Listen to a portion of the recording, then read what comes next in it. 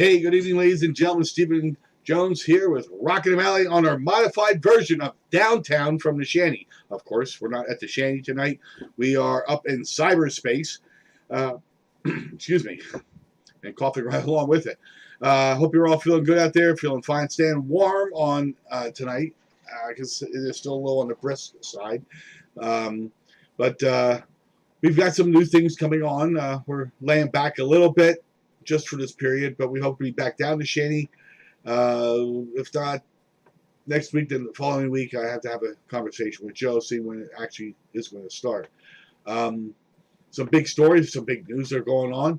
Phase 5 Records has started production on its newest music video with Doug Payne. And we did some video work this past Saturday down in Philadelphia. It's pretty cool stuff. Watch for more information on this, and some of the members of Rockin' Valley are actually going to be part of this. So, and they got me in the back faking the keyboards. And I'm wearing this gold shirt, which is a little out of character for me. But anyway, so that's what's going on there. We've got the Dirty Rotten Parrots are going to be making another appearance, and you got to see them. But if you're just tuning in, I'm going to tell you what. Tonight is the night to see some fantastic stuff. If you remember last week, we had Ken Tucker on. And Ken come in with some real, as I call it, ass-shaking country music. And for us residents here in the Lehigh Valley, I'm sure you kind of know what I'm talking about when you say it's, I mean, I think you can do some good line dancing for it. I love it myself. But our special guest tonight is not, as it says up there, Larry Smith, but is Ashland Smith. How you doing, Ashlyn? Good. How are you doing? Very good. It's a pleasure to have you on the show. I'm looking forward to hearing some of the stuff you got to do. I do want to check the streams real quick here before we get too far into this. Just want to make sure I got something coming in, at least on one of them. But tell us a little bit about yourself while I'm checking streams here. Go ahead.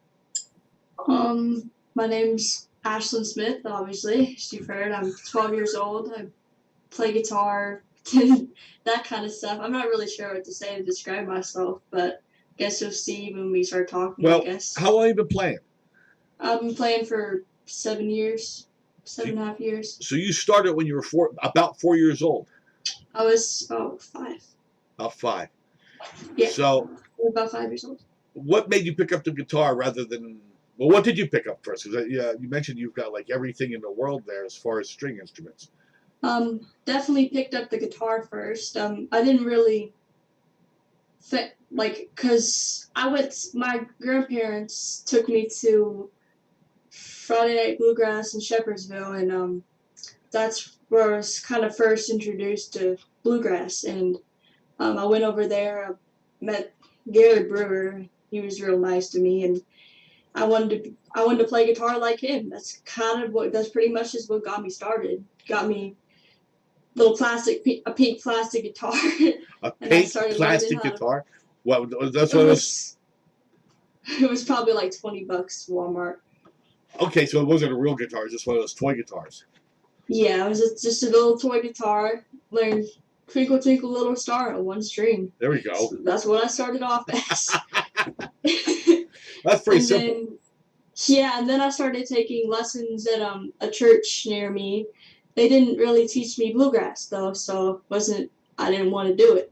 And then my grandpa, he's an old banjo player, so he's not really guitar player, but he still taught me a few songs of what he could, based like from some YouTube videos and what he knew, and that's when I learned a few bluegrass songs, and that's what I wanted to do.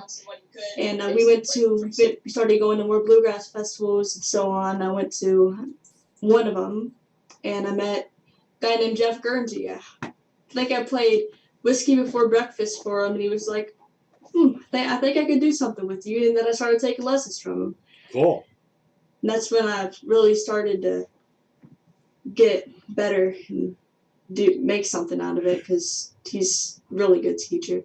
Now, are you strictly bluegrass, or are you like, is that your only genre? Because you had mentioned earlier you do. That's not my only genre, no. I play a little bit of everything. I like mainly because I like all music, and when a lot of times I pick things up by ear, so I listen to like That's random songs like Bohemian Rhapsody, and I start picking it out. Oh my God, that was funny. I had to mention that. Yeah. Would you do me a small favor before we actually get into you playing? I made while we were kind of getting warmed up, I made a funny comment about another group. Now we're going to be doing bluegrass here, so I'm not sure if we should do this first or do it after you do your regular thing. But I just wanted to see your diversity. Do you remember the song you did the opening for? No. It was the rock song. Oh yeah. AC/DC? Yeah. Oh, I think you should give it away. But okay, listen to this. This is great.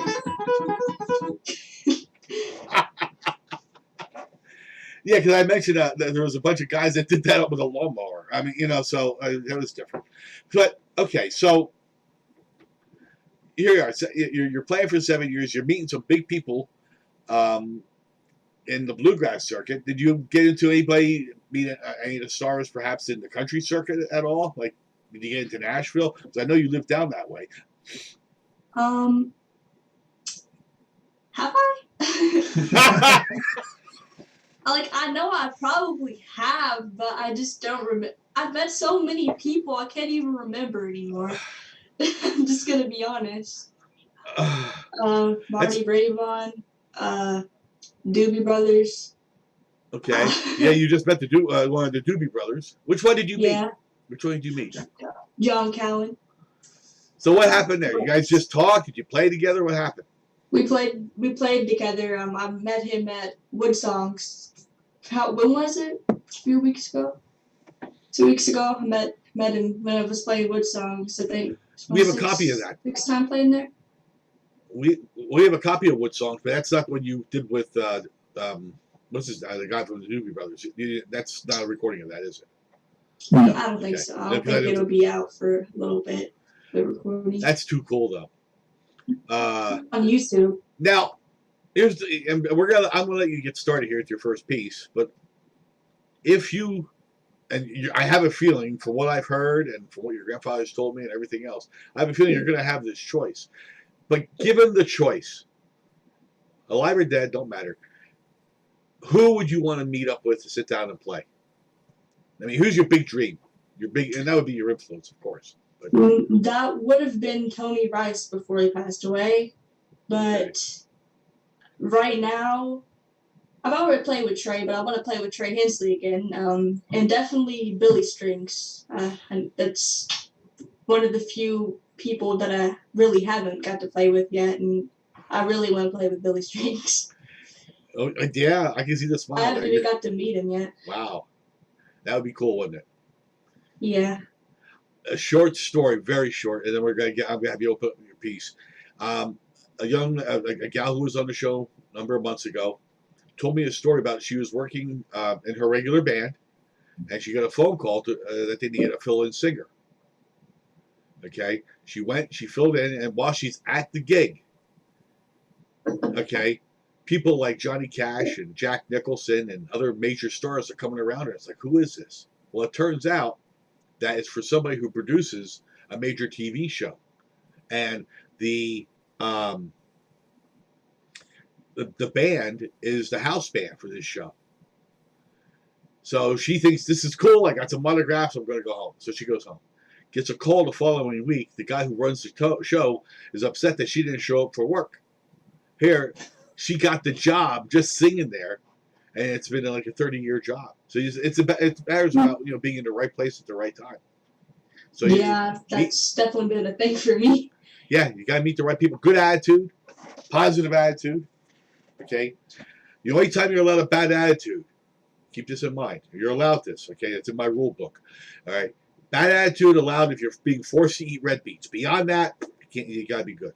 All right, so what do you got for us here? Jerusalem Ridge. I'm gonna do Jerusalem Ridge by Bill Monroe. Okay. I gotta fix my cable here. Hold on. That's okay. Okay. I'm start now.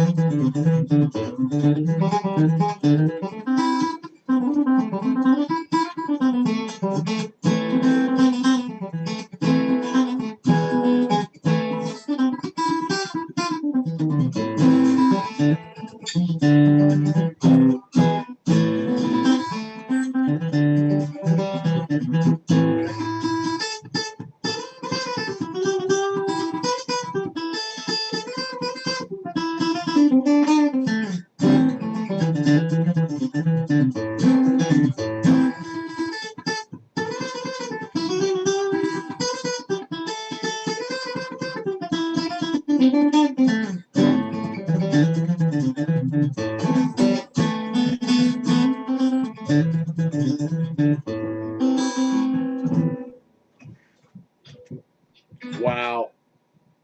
Wow. That's that.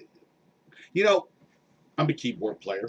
Okay, which you already knew, but I play keys, and each little button has its own note and everything else. And so, if I want to know where C is, there it is. There it is. I can find it real easy. But when I look at you guitar players, you got 6 strings. You got to pluck each individual string. You got to fly up and down that handle to get your notes. And I would find myself getting lost. And then you sit back and you do something like what you just did there. Okay, I'd be, you know. So I always find it amazing watching guitar players play, and even with my dad when he played banjo. You know, it's like, where do you find all these? I mean, I know how it's laid out, and I know the mechanics of it. It's just that you got a lot going on trying to make one note. So Yeah. Especially on banjo, because you have like multiple fingers you have to use and not just one pick. It's like the rolls and stuff, and it's hard. Yeah, I would imagine so. There's a guy who hosts a show for us. He actually plays like your guitar. You're playing with your left hand on the neck. He plays it same tuning. He plays the flops sideways. Yeah, I know a dude like that I used to jam with where what Ralph's Festival. Mm-hmm. Ralph Stanley's second festival. He's left-handed, so he plays guitar upside down. Now, does he retune it so the strings are flopped, or does he leave it the way? He just leaves it. Okay. He doesn't retune it or anything. I don't even know how I'd end up doing something like that, but I got enough trouble keeping this thing in line. But anyway, you have quite a list of awards and places you've played, and just for 12 years old, you've been around. You've seen a lot, and let's talk about. Well, here we have this one, and I want to play this in a little bit. The IBMA 2021 in Raleigh, North Carolina. IBMA, what's that stand for? International Bluegrass Music Awards Association. Okay, so you just attended, or did you actually win an award there? So you have played there. I have played there. This past time, my grandfather was. What was it? That we were nominated for. They were nominated for an IBMA award. All right, so you got nominated. That's important because a nomination is just as strong as winning. Okay, really, I mean, it's an accomplishment. So that's cool. So you were nominated for an award. You played there. Now you've won some other awards though. Have you ever won anything here at this event, or is it? No, I have not. Okay. Excuse So me. you have. I should open up the instead of me. Let me do some leading questions here. Okay. I've won like guitar awards and so on, like from Bourgeois Guitars. Actually, an endorsement from them playing one of the guitars that I got from them right now. Let's talk about that endorsement. That's kind of huge. It's really big, as a matter of fact. Yeah, it's huge. Yeah, I mean, what? First off, again, let's give them the plug they're looking for. What's the name of the guitar? Bourgeois Guitars. Is that a French? I mean, I just. Yeah, it's French. Oh wow, okay, I thought I was being goofy. All right, Bourgeois Guitars. Okay, so you got Bourgeois Guitars, and okay, I found it here. I'm looking for something. Bourgeois Guitars, Blue Ridge, and then Page K-Bucks. Okay, so how did you? People say, how did you get that kind of an endorsement? What did you do to get that endorsement? So some people go a lifetime and they can't get Joe's Garage, you know. So how did you end up getting that endorsement? From going to IBMA every year and going to their booth. They've been following me online too for a while since I was younger, and I went over there. They let me pick up this probably $60,000 guitar, and because they saw that I knew how to play, and I knew how to they knew I wasn't just some random kid that was going to drop it. I've had some sort of events to let me play it, and I started playing and stuff, and I've been coming back every year, and they kept getting better and better each year, and they just welcomed me to the Bourgeois family. They gave me a t-shirt. I was like, thanks, that's a big thing too. And then they said they'd welcome me to the Bourgeois family, give me an endorsement, build me a custom guitar. I was like, what?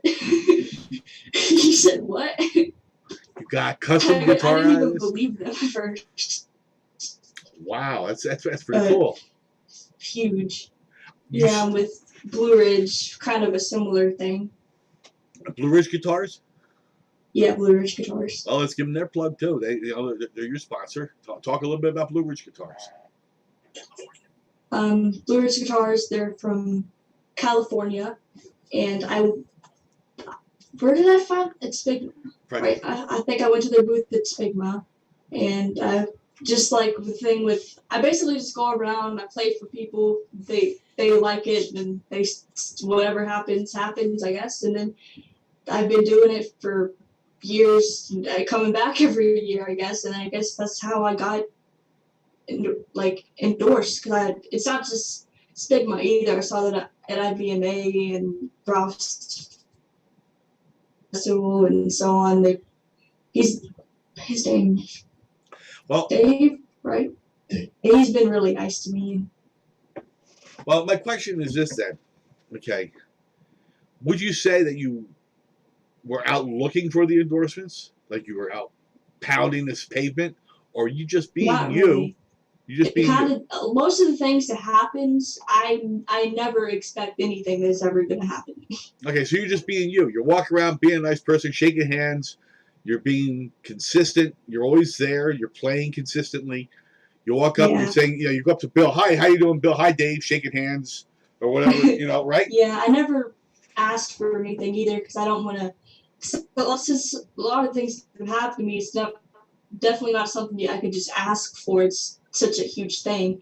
And another thing I'd like to talk about is playing at the Ryman Auditorium. I was 8 when I was asked, but I just turned 9 when I did play there. Same month, a few days after I turned 9. I was played with Rhonda Vincent in The Rage. I saw her. I think I was the first time I'd actually seen her in person, and I went to Ohio Indoor Festival. I think it has a different name now, but at the time that's what it was called. And I always go around. I try and pick with the best players I can pick with, and I saw Josh Williams, so I wanted to play with him. So they were having a all girls thing, so all the women from the bands and stuff were all up on stage, and Josh Williams said, "You should be up there." He just brought me up on stage. I started playing with Rhonda and everyone, And she was like, "Where did you come from?" Josh Williams from me up here. Guitar player of the year. And then he's IBMA Guitar Player of the Year. Josh Williams is, and I guess I just started playing up there with them, and just like everything else that happens, they liked my playing. She invited me to play at the Ryman Auditorium with her when I was 8 years old. What I keep hearing you say, okay, is that you're just being yourself. You're not getting in anyone's face, okay, and you're just being congenial, and you're being consistent. Okay, so these people, they've known you probably, you appearing there as often as you have. They've watched you develop over the years. So they've gotten to know you. Yeah. They've gotten to know you, and that's important.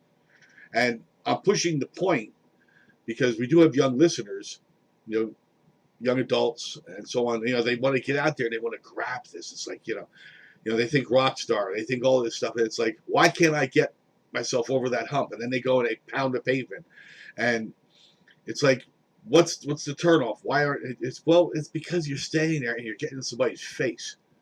Okay, sponsor me. It's like, no, it doesn't work that way. Just be yourself. Walk up, shake hands. Hi, how you doing?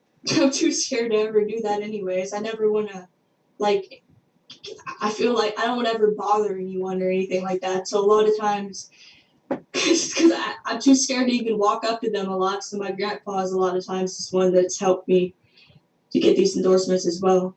Well, that's good. I mean, from what Ken was telling me, and now what I'm learning from you, it sounds like your grandparents are really great. They're helping you really along a lot, and that's fantastic. I'm glad to hear it. Yeah. As far as bothering people, I gotta tell you what, I've been bothering people my whole life. It's great. Just a case in point. Then we're gonna go over to this piece here from IBMA. I called up my mom one time and I said, "Hello, this is Melvin. Any phone call?"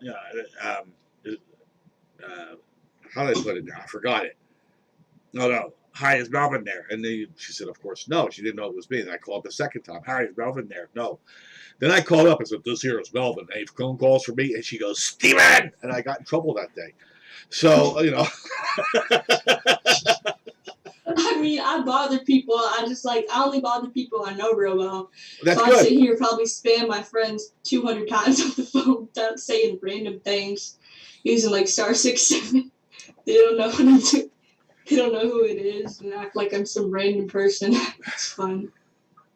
Yeah, if you bother somebody, you got no. I'm just kidding here, but I try not to bother anybody. But I do steal the occasional French fry. So anyway, we have here the Apex Custom Guitar Test Drive at the IBMA. Is that good enough to play right here? We can do that? Definitely. All right, here we go with this. Give me a second to get the system to do what it's supposed to do. And is it going to do it? So. I don't even know. Hang on, man.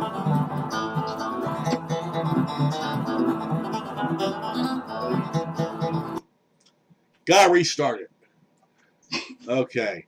I will transition over to it. And here we go.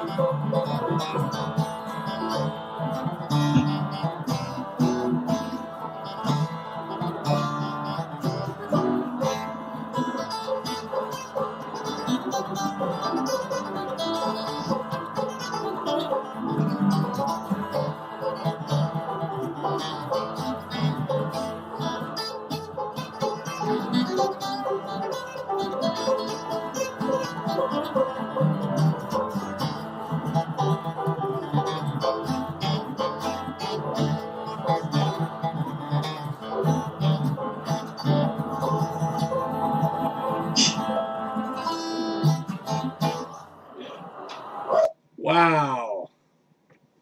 Wow. Now, the question I would probably want to pose here is this. I see you playing here. Now, isn't there two kinds of playing in bluegrass? And if I remember, I'm trying to remember the actual names of them. One's like a club claw or something like that, and the other one's you're picking. There's like flat picking, there's finger picking, and like I think that's what you mean. Yeah. I use a flat pick. Use a flat pick, okay. Because Yeah. I know my father, when he played banjo, and he played bluegrass, of course, and plus other stuff, but he had these things he would put on all the fingers, metal, and something for the metal picks. And is that the whatever it is? You're going like this, and he would like all the fingers were on a different string. He played 5-string, and it's just it's an interesting thing to watch because it's its own animal. Question: now you said somebody else was the father of bluegrass. I always thought that was Lester Flatt. Nope, that's Bill Monroe. Is Father of Bluegrass. Wow. His band was called Bluegrass Boys. His band was called the Bluegrass Boys. He's Father of Bluegrass. We don't think bluegrass would be here without Bill Monroe. Well, where does Flatt and Scruggs fit into this then? Lester did play for Bill Monroe. Ah, okay. All right. So, but yeah, I thought they were along with Rose Scruggs. I thought they were the kings of bluegrass. They started it, or was it just Foggy Mountain Breakdown was their song? I don't know which was it. It was Foggy Mountain Breakdown. Okay, I saw a piece on was it Carson or Letterman? I think it was Letterman, and it had Steve Martin come out, and the band was called Men with Banjos Who Know How to Use Them. Have you ever seen that clip? Nope. Being a bluegrass fanatic, you'll love that.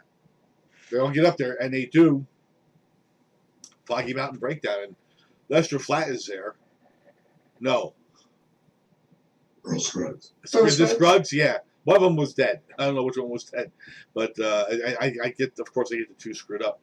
But one of them was there, he was playing, and they went right around with all these banjos, and they threw in their guitars and the keyboards and everything else.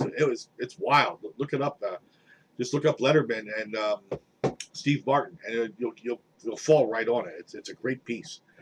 So so I mean, I'm looking here at some of the stuff that we've talked about a little bit. Now you've had I cut your grandfather off. We were talking about before, and I just fire it in here. You can talk louder or whatever. But we were talking about some of the other places you were doing and awards that you've won. Larry, what was the place that I cut you off on? I said, let's save it for the air. Do you remember? That was probably the Ryman, which is, of course, the home of the Grand Ole Opry. But also there's another fairly famous place called the Station Inn in Nashville. And she's been fortunate enough to play on stage there twice. Once with Trey Hensley and Rob Ikes. They are IBMA guitar player of the year, and also I think Rob Ikes was 11 times dobro player of the year, which is a resophonic guitar. Okay. And then she's played with her good friend Ralph Stanley II, the Clinch Mountain Boys there. And he's the son of the Dr. Ralph Stanley, who was another kind of bluegrass icon from the early days of bluegrass. Well, we're going to cut you loose on your next piece here, but while you're playing your next piece, and I'm assuming you want to go live again. Would that be good? Sure. Okay. Right. I like to follow in with something because I want to know. I mean, we're in the back half of the show here, and people are going to start saying, "This girl's fantastic," but at 12 years old, I mean, you're at the top. I don't want to say you're at the top because then, of course, you're going to say, "Well, I'm done. I'm just going to say heck with it." I don't want you to do that. But you're moving right along. I mean, you are wow. So we're going to talk about that when we come back here. So let's see what you got for us next. Okay. Can I do Black Mountain Rag? Sure. Sure, you can do that. Once again, I got a capo. I probably should like get prepared for these things, but I didn't even really know what song I was gonna do. My question was, while you're playing with that, some guitarists will argue that capo is not the an authentic sound.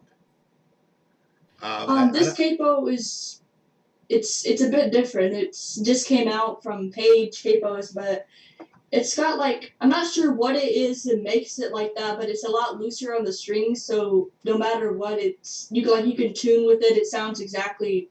It's like it's a lot louder because it's not being held on as tight and dulling the sound of the strings. It sounds like it sounds like the authentic sound. All right, so there is differences in capos. Yeah, there's a difference specifically this capo. Is this the capo that's sponsoring you? Yeah, Page Capos. Well, that was a good answer. All right, go ahead. Let's hear what you got.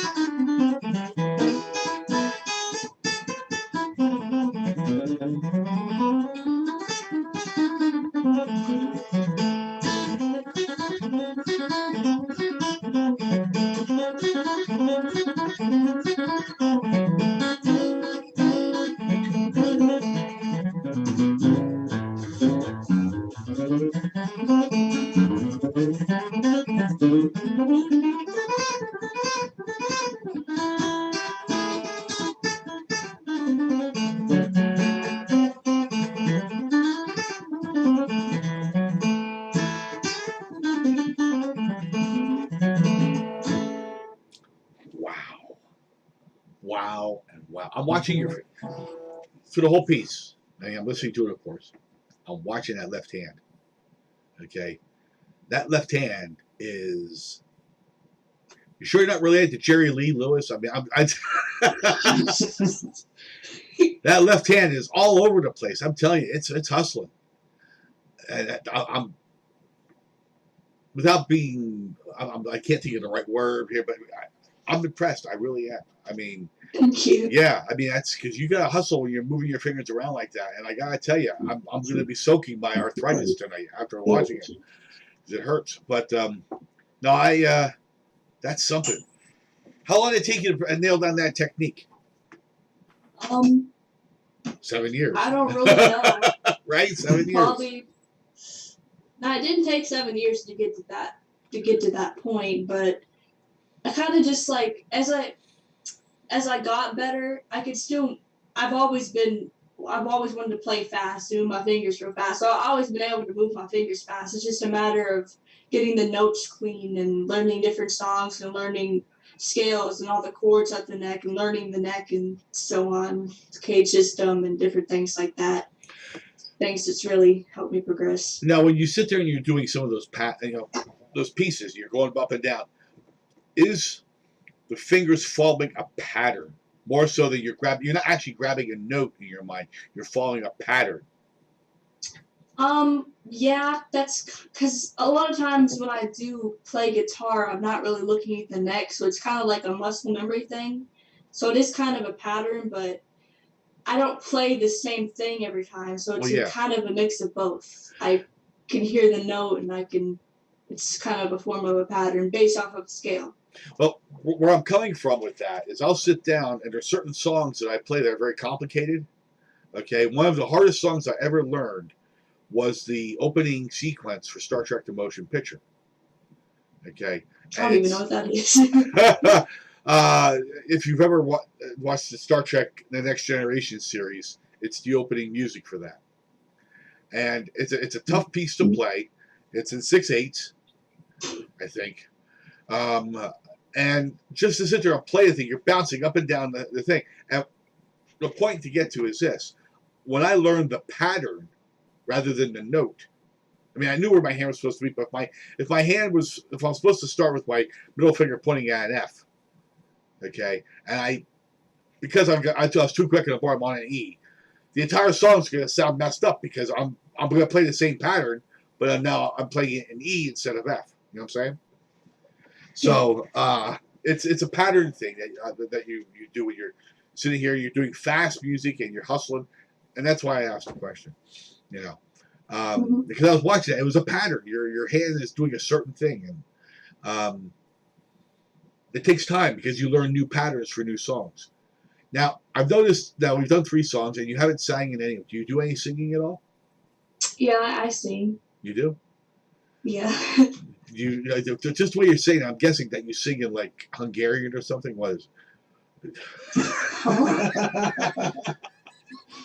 What's Hungarian? Hungarian. I can't. I'm not allowed to talk about Hungarian on the air because I only know the 7 words that George Carlin says we can't say, which your grandfather knows and you don't. So, but all you gotta do is just think about it. But do we have anything of you singing here? We've got West Liberty, we've got the Wood Songs, and we've got you. What do we want to do next? West Liberty is if you do Wayfaring Stranger. In West Liberty, there's me singing. I'm doing Wayfaring Stranger, so you could play that if you want. Singing.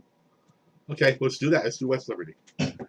This is West Liberty, Kentucky. You want to tell us about what's going on here before you jump to it? Yeah. What is going on here? You tell me. To be honest, I don't even know.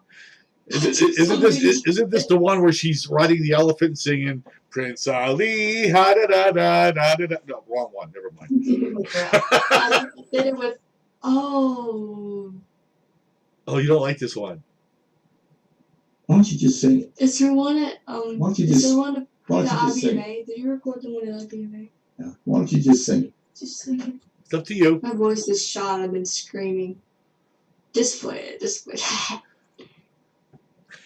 All right. Well, I'll tell you what. While you're trying to figure that out, why don't we go and do the Wood Songs Coffee House first, and then you guys figure out what you want to do afterwards. I'd love to hear your voice, if you don't mind. If you don't want to do that, we don't have to.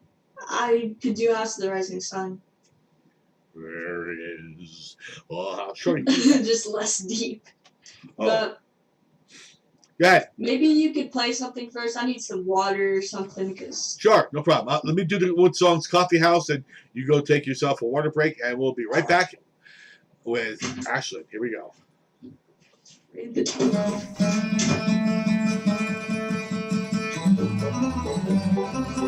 Works good.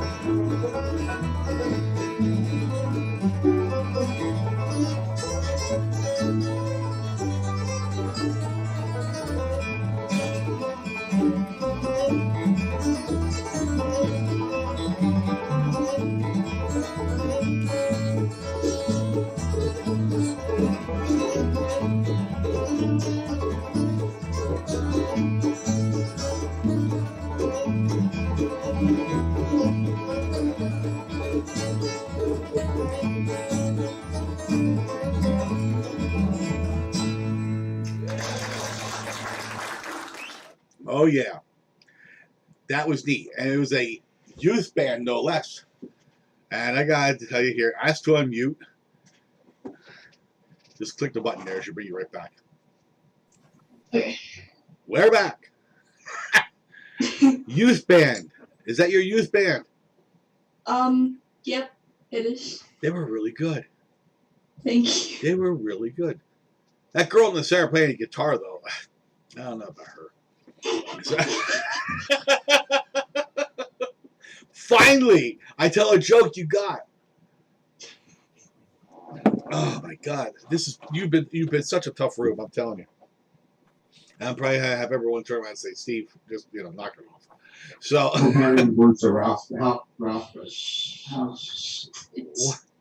it's unmuted now. what did he say? I tell you, it's okay. I've had some. I'll tell you about it sometime. It signed me out of the Zoom. I don't even know what happened. No, you're still in Zoom. We're still here. Yeah, it signed me out for a second. I don't know what happened. Oh well, we didn't lose you, so I don't know what's going on. But I've had some interesting occurrences. There was an old cartoon. For me, it's recent, but there was an old cartoon called The Jetsons. Ever hear of them? Okay. Called what? Jetsons. Oh. My God, I'm going to be in pain. Anyway, they had video phones in a cartoon back in the 70s. Okay. Last century. Anyway, the 1970s was 1960s possibly. But anyway, and it was funny because when the video phone would come up, people would have a perfect face on. Then one woman came on the thing and was talking to Mrs. Jetson, and she sneezed and her face fell off, and you saw curlers and her hair all a mess. So this is what we're in now. So you never think about it. Have you ever had one of your friends fell off and she was like a guy or something? Yeah, it'd be different. Yeah, that's you don't know what's gonna happen. You have a dog show up. I don't know. So at any rate. So we're debating you singing, and where are we at with that? Are you gonna do some yodeling for us, or no? Well, isn't yodeling part of bluegrass? Excuse me. It's not specifically part of specifically bluegrass, but it is a part. You don't know how to turn your notifications. You're making fun of me. Never. I couldn't imagine them making fun of Larry. Our grandpa up there. No way. No one ever makes fun of me. They just don't. And I'm gonna get hammered on that. But Sorry, I'm trying to find the list. I haven't really fully learned this, so. Okay, I got it. You're gonna do House of the Rising Sun for us? Yeah. Do you have any idea what that? Never mind. Never mind. You're gonna take it home. Okay, I got it. Okay. Here we go. Maybe I'll sing along. Where is the hell? I'm sorry.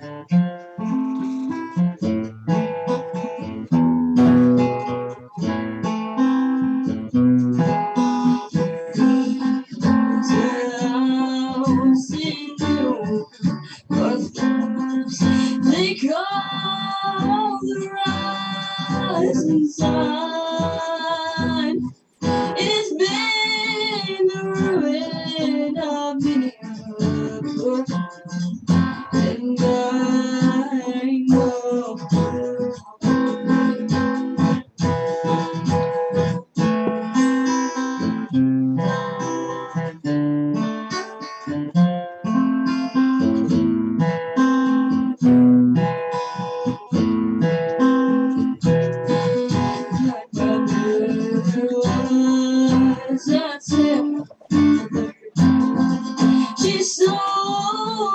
new blue jeans. My father once again been down he knew.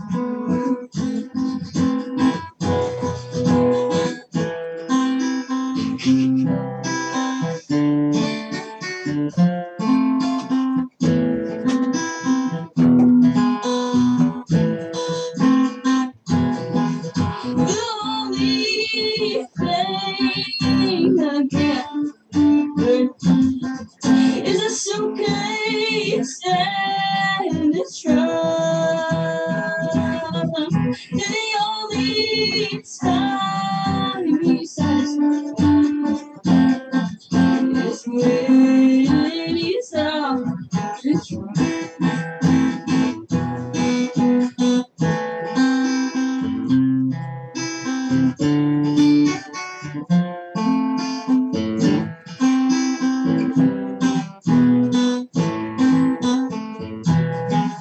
There is a house in New York that called the rising sun.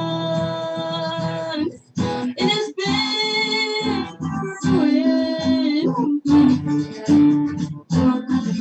and I know, and God, I know He won.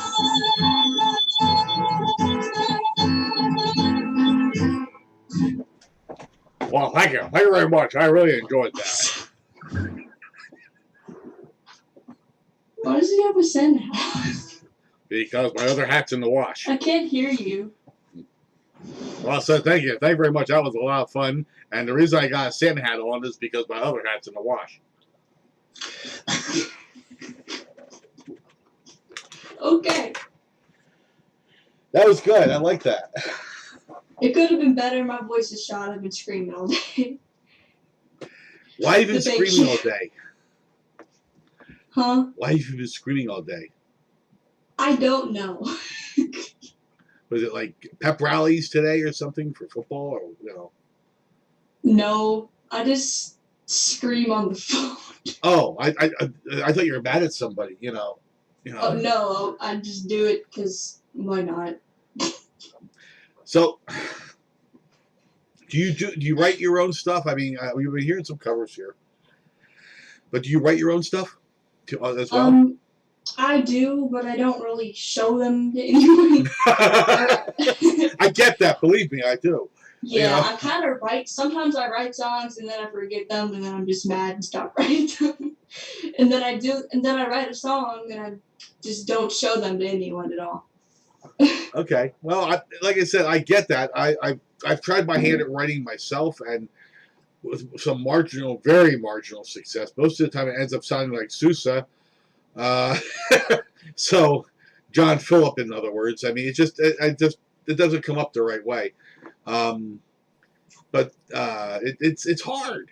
You know, you come up with the lyrics, you got to come up with the chord progressions and make it sound good. Then you got to sing it. And it's like, wow. But you know, songwriting is tough.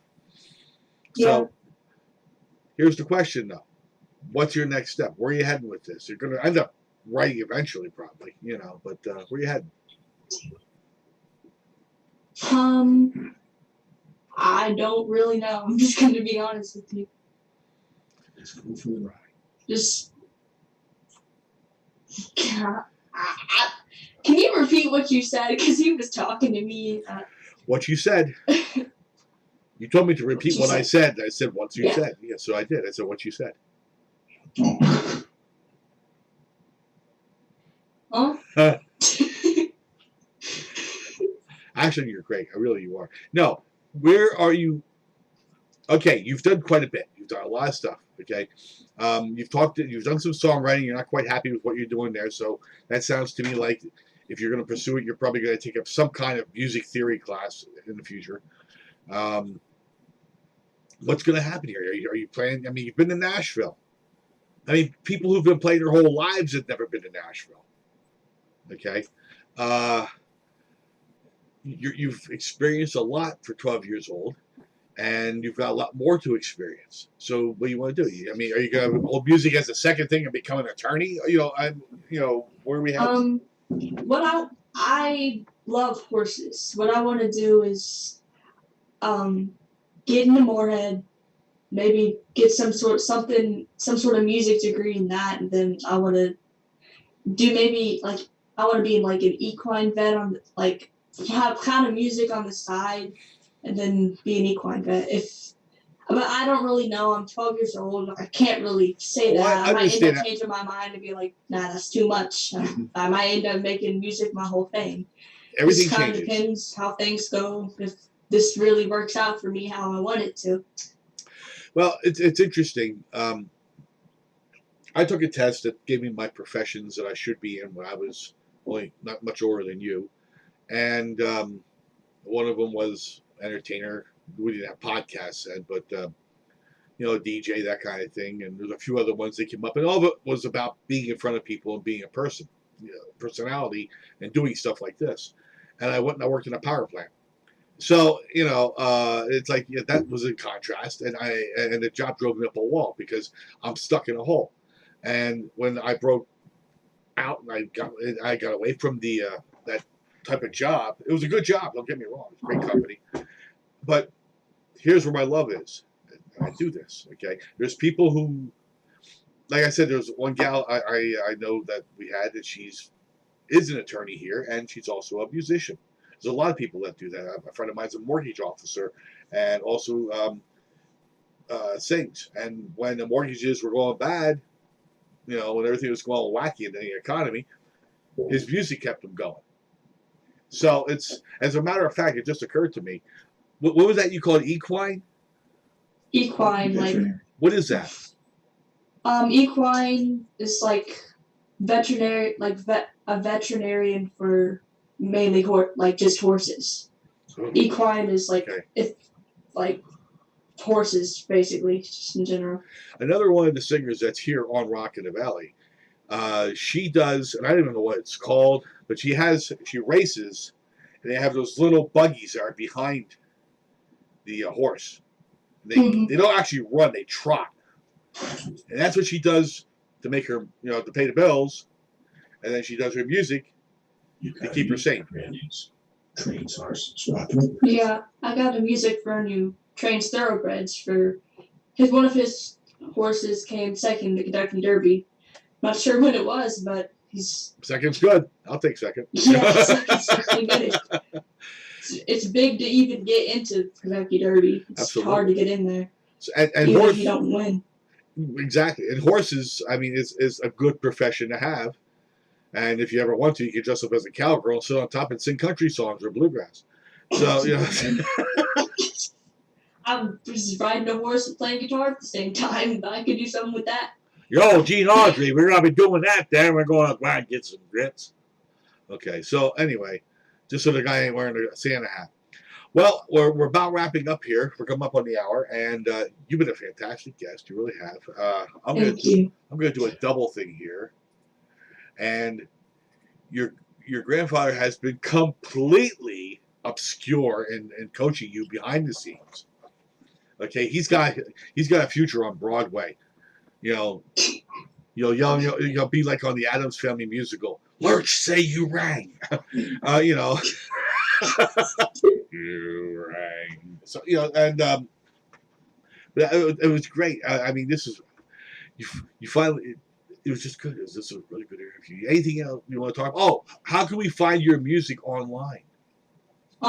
Just look up Ashland Smith Guitar on YouTube. Look up Ashland Smith on Facebook. And think if you look up Kentucky Borderline, which is youth band, it's on Instagram and Facebook. I gotta remind you, you're a Smith. I'm a Jones. When someone looks up Smith, you get 5 million of them. So the good thing about my name being Ashlyn, it makes it a little bit easier. Oh, okay. ASHLYN, because that's right. Usually it's with 2 N's. So. Do you have your own Facebook page, or do you work through your grandfather's? Both. Okay.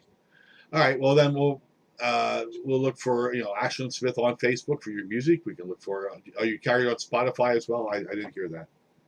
No, on YouTube. YouTube. Okay, that's cool. You sound great. And Thank you. anything else you want to throw up here? That didn't sound quite right. Let's try this. Anything else you want to put out here? Just want to thank you for having me. There's not really anything else I want to talk about. Okay. But yeah. Love to have you back on the show. Again, let us know if you're playing somewhere. If you're live feeding, you can feed to our fan page. Okay, you're always welcome to feed over to that if you want to. Because you've been a guest with us, and that's cool. We can do that. But so we're gonna call it a wrap here as soon as I figure out which one of these here to do. Okay, and this is Steve Jones with Rock in the Valley. Our special, a wonderful guest today, very talented, Ashland Smith, wonderful young lady. Thank you so much for coming on. Thank you to your grandparents. I think your grandmom's sitting there too, isn't she?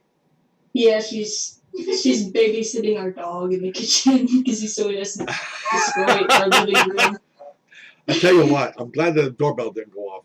Somebody one time had like 4 or 5 dogs. Somebody hit the doorbell. I got to tell you what, it was pandemonium for about 5 minutes. Fortunately, we were taping, so instead of running live. But Grandpa, Grandma, thank you so much for being here. We're going to take us out with our music. And ladies and gentlemen, look for us next Tuesday night here on Rock in the Valley. And eventually, we're going to be starting back down at the shanty. So all you local guys, come on down and enjoy some music. We're going to start out slow, and then we're going to build up to the Dirty Rotten Pirates sometime in March. So on behalf of the Rock in the Valley staff and our special guest, have yourself a great night. Good night, all.